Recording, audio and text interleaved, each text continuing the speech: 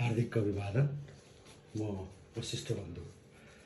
म फेरि आज एउटा मातृभूमि शीर्षकमा प्रस्तुत भएको छु, स्वीकार्नुहोला।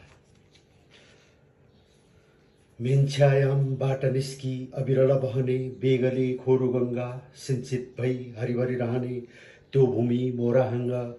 18औं सदिकन घुमदै आएछन् कुल पुर्खा, बनाई गोठ श्रम गरी खनदै। तुल्याए खेत सुर्का सिन्धुदेखि परपर सरदै, सिन्धुले भट्टराई पुगेछन् स्वर्ग जस्तै। थलधरमा नन्द नाम एक भाइ, ल्याएछन् आफू साथै अति धेर मित्र झै भैँसी गाई। बसेकै छन् अझ तक मिल्दै एक आपस रमाई। जन्मिएछन् अनेकन कुलदीप एकसै एक ताहाँ, बसेका छौँ अलिकति नडगी देश किराँतमाहा। त्यस्तै रीतले गरिकन म त्यहाँ जन्मिए धर्मकुल, छर्दै बास्ना ऋतु शरदमा शारदा नाम फूल। सबैको जय होस्। धन्यवाद।